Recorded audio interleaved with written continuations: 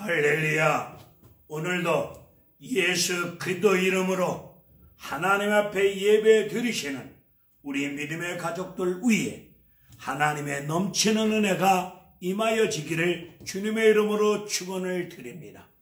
오늘 증거할 하나님의 말씀은 사도행전 27장 1절로 44절의 말씀이 되겠습니다. 이 말씀을 듣다가 듣는 여러분들 위해 성령의 강한 역사가 임하여지기를 주님의 이름으로 축원을 드립니다. 알렉산드리아호 배안에, 알렉산드리아 이 배안에 배의 총책임을 맡고 있는 로마 군인 백부장 율리오라고 하는 사람과 하나님의 사람 바울과 그리고 선장과 선주, 이 배를 이용하여 장사하시는 사업가들, 이 배를 타고 여행을 즐기고 있는 여행객들, 다양한 인생의 목적을 가지신 사람들이 이 배를 타고 로마로 가고 있습니다. 로마로 가다가 8절을 보게 되면은 미양이라고 하는 항구에 이 배가 도착합니다. 이때 죄수의 몸으로 끌려가고 있는 허름한 사람, 허름한 모습을 갖춘 노인이 일어나서 여러분이여, 이 배가 더 이상 가기에는 매우 위험합니다. 배와 우리 생명에도 심한 타격과 많은 손해를 입을 수밖에 없사오니 이 미양이라고 하는 항구에서 겨울을 보내고 출항하셔야 됩니다. 이렇게 권면을 하고 있습니다. 하나님의 사람, 하나님의 종 바울이 권면을 하고 있습니다. 이 미양이라고 하는 항구에서 겨울을 보내기에는 다소 불편하시고 어렵고 힘드시겠지만 반드시 이 미양이라고 하는 항구에서 겨울을 보내고 출항하셔야 심한 타격과 많은 손해를 입지 아니할 수 있습니다. 바울은 이렇게 하나님 말씀 안에서 권면을 하고 있습니다. 바울은 이 바닷길을 너무도 잘 알고 있습니다. 13번이나 왔다 갔다 한 경험이 있습니다. 그리고 고린도후서 11장 25절을 보게 되면 이 바닷길에서 3번이나 파손하여 어려움을 겪어본 경험을 가지고 있는 바울은 이 바닷길, 눈을 감아도 훤히 볼 수 있는 이 바닷길에 대해서 너무도 잘 알고 있기에 바울은 배 안에 탄 276명 다양한 사람들을 향해서 권면을 하고 있습니다. 하나님의 사람이 권면합니다. 하나님 말씀을 쫓아 성령의 역사하심을 쫓아 하나님 말씀 앞에 순종하며 기도하는 하나님의 사람, 하나님의 종의 권면을 여러분들은 무시하고 계시지는 않습니까? 11절을 보게 되면 배의 책임자 백부장 율리오가 바울의 말을 무시하고 선장과 선주의 말을 다 믿습니다. 여기서부터 문제가 발생되고 있습니다. 백부장과 사람들이 하나님의 사람 바울의 말을 무시하는 이유가 어디에 있습니까? 왜 바울의 말을 무시합니까? 한마디로 돈 때문에 무시합니다. 돈에 미쳐있기에 무시합니다. 왜 돈 때문에 무시할까요?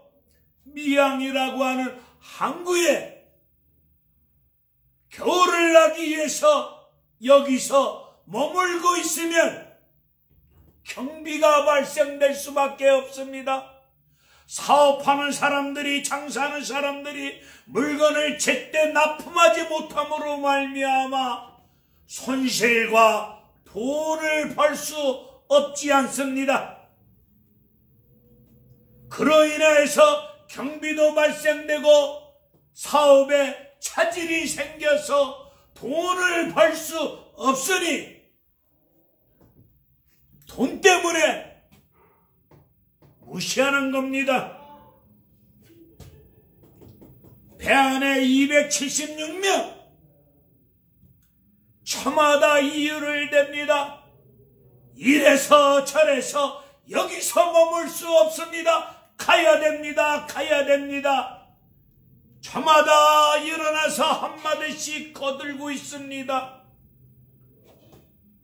사람들의 여론이 형성됩니다. 출발해야 됩니다. 출항해야 된다는 여론의 대사가 형성되고 말았습니다. 하나님의 뜻, 대의가 무시되고 있습니다. 13절 여론의 대세를 쫓아 출항합니다. 미양을 떠나 출항합니다. 이때 바람도 순하게 붑니다. 바람도 순하게 부니까 사람들은 거봐, 출항하기 잘했잖아.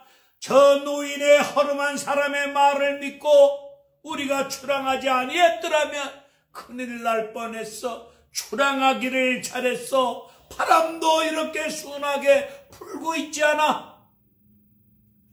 이렇게 떠들고 있을 때에 14절을 보니까 출항한 지 얼마 되지 않아서 유라굴로라고 하는 광풍이 휘몰아칩니다. 유라굴로라고 하는 광풍에 배 안에 276명이 휘몰아치는 광풍 앞에 속수무책입니다. 두려움에 사로잡혔습니다. 그리고 광풍에 쫓겨갑니다. 18절 보게 되면 이런 위험한 상황 속에서 인간들이 할 수 있는 방법, 할 수 있는 길은 배 안에 있는 짐을 바다에 버리는 길밖에 없습니다. 짐을 풀어서 모두가 살아보겠노라고 인간적인 수단 방법을 동원하여 가지고 있던 짐들을 다 던집니다. 이 짐은 어떤 짐입니까? 이 짐은 피땀 흘려 벌었던 돈과 같은 짐이 아니겠습니까? 생계가 달려있는 짐이 아니겠습니까? 인생의 꿈과 소망이 담겨져 있는 짐이 아니겠습니까? 사느냐 죽느냐 목숨이 경각에 달려있는데 이 돈이, 이 짐이 무슨 소용이 있겠습니까? 20절을 보게 되면 열날 동안에 해와 별이 보이지 않습니다.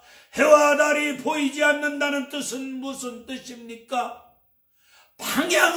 전혀 방향을 알 수 없는 상황을 의미합니다. 광풍이 휘몰아치는 가운데 해와 달이 보이지 않다 보니 방향 감각을 잃어버리고 어디로 가야 될지, 어떤 방향으로 가야 될지 전혀 알 수 없는 속수무책, 그런 상황 속에서 계속 파도는 휘몰아치고 몰려옵니다. 사람들은 이런 상황 속에서 공포에 사로잡힌 가운데 이제는 죽는구나, 무서운 두려움에 있을 때, 절대절명의 위기 앞에 놓여 있을 때, 이때 하나님의 사람, 기도하는 하나님의 사람, 성령에 매여 있는 하나님의 사람, 바울이 일어나서 21절과 22절의 말씀을 통하여 이렇게 말씀을 전하고 있습니다. 여러분이요, 내 말을 듣고 미양을 떠나지 아니했더라면 좋을 뻔하였느니라. 두려워하지 마세요. 이제는 안심하세요. 너희 중에 한 명도 죽지 아니합니다. 어젯밤에 내가 믿고 있는 하나님이 내게 말씀하여 주셨습니다. 나는 내게 주신 하나님의 말씀을 믿습니다. 믿음을 외치고 믿음을 증거하고 있습니다. 바울은 말합니다. 어젯밤에 하나님이 내게 말씀하여 주셨습니다. 내게 말씀하여 주신 하나님의 말씀을 나는 믿습니다. 그러니 두려워하지 마세요. 겁먹지 마세요. 한 명도 죽지 아니할 것입니다. 믿음의 말씀을 이 죄수의 몸으로 끌려가는 허름한 차림의 노인 바울이 성령에 사로잡힌 가운데 하나님 말씀을 전합니다. 이런 상황 속에서도 30절을 보게 되면 혼자 살아남겠노라고, 이런 상황 속에서도 혼자라도 나는 살아나야 되겠다고 배를 탈출을 시도하고 있는 사공들이 있습니다. 이 사공들의 모습을 본 바울은 백부장과 군인들에게 지시합니다. 저 사공들이 이 배를 탈출하면은 이 배 안에 구원의 역사가 임하지 아니할 것입니다. 이 말을 들은 백부장과 군인들이 그 작은 보트와 같은 배의 줄을 끊어버립니다.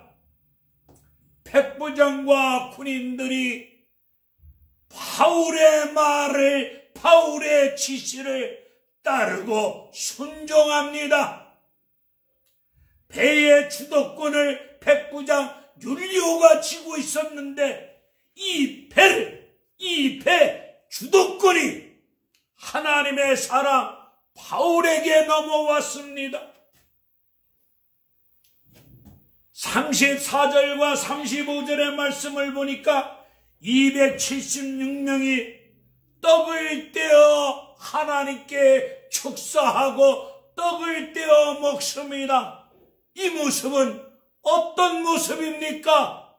떡을 떼어 하나님께 축사하여 떼어 먹는 모습은 성찬 예식을 뜻하는 말씀입니다. 이 성찬 예식을 통하여 주시는 하나님의 뜻이 무엇이겠습니까? 구원은 오직 예수 그리스도밖에 없음을 증거하고 있는 예식입니다. 44절의 말씀을 보면 마침내 사람들이 상륙하여 구조되었음을 보여주고 있습니다. 풍랑에 시달렸던 276명의 인생이 우리 주 예수 그리스도로 구원의 은혜를 입었음을 증거하고 있습니다. 세상 풍랑에 시달리고 계십니까? 풍랑에 쫓겨가고 계십니까? 방향 감각을 찾지 못한 가운데 풍랑에 시달리고 계십니까? 풍랑을 잔잔케 하여 주시고 그리고 우리를 구원하여 주실 수 있는 분은 오직 예수 그리스도밖에 없음을 믿으시고 믿음의 주 우리를 온전히 세워주시는 예수 그들을 바라보고 믿고 의지하며 나아가실 때에 여러분 심령 위에, 가정 위에, 자녀 위에, 사업장 위에 하나님의 구원의 이 역사가 이루어질 줄로 믿습니다. 아멘.